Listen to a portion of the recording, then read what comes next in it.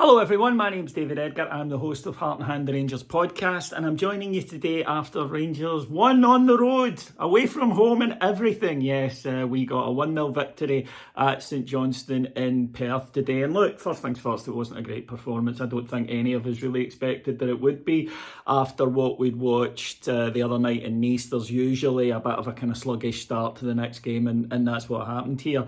It was about getting the result today, so I don't want to be too churlish or anything. The problems that we have are still there, and we'll discuss them on various shows this week. But it was important to just get back to winning ways, and we did so today with a goal from a former Ranger, Jason Holt, who those of you who've been watching for a long time will know I always used to like in his time at Rangers. Well, I'm bloody fond of him today because it was his own goal that gave us the victory after a clever ball back into danger zone by Yanis Hadji, who came back into the side today in a number 10. And I thought he did quite well, Yanis Hadji, in that role. He was wanting on the ball, he was busy, he was effective.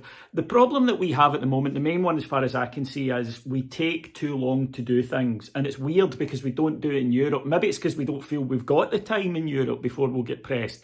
But domestically, it's that extra touch all the time. It's the same things coming short rather than running in behind. The problems that we've seen often enough. St Johnstone started well, I thought, for the first 10 minutes, but without really creating much. Rangers, though, asserted control of the match and really should have scored during the first half. Bajrami's missed an excellent chance. Cherny's had one just past the post.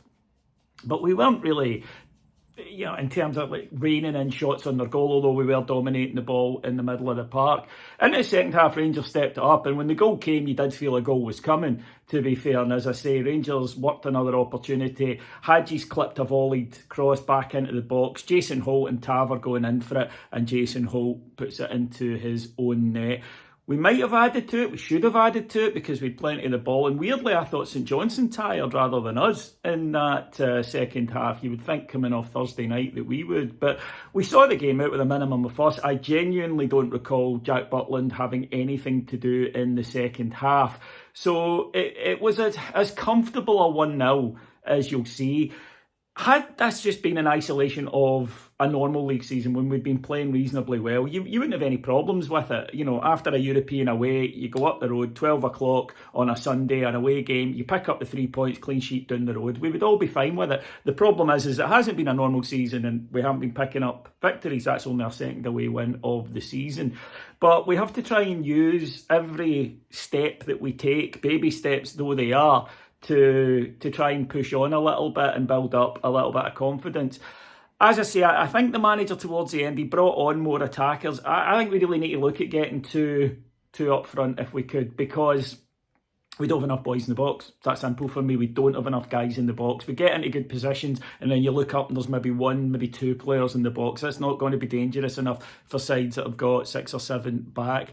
So, yeah, look, I watch these games back for the flagship show on Heart and Hand. It's not going to be one that I'm going to sit there and absolutely revel in, but it is a victory, and having had plenty of weekends ruined over the last few months, right now, I think I'll just take that. We know what we need to do. We need to get better. We've got to get more dangerous. At the moment, we're not dangerous enough. Anyway, thanks for listening to me. I'll break it down in a lot more detail after a second watch tomorrow on the free Heart and Hand flagship show, wherever you get your podcast. And of course, loads more coverage on patreon.com/Heart and Hand. Take care, everyone. Bye-bye.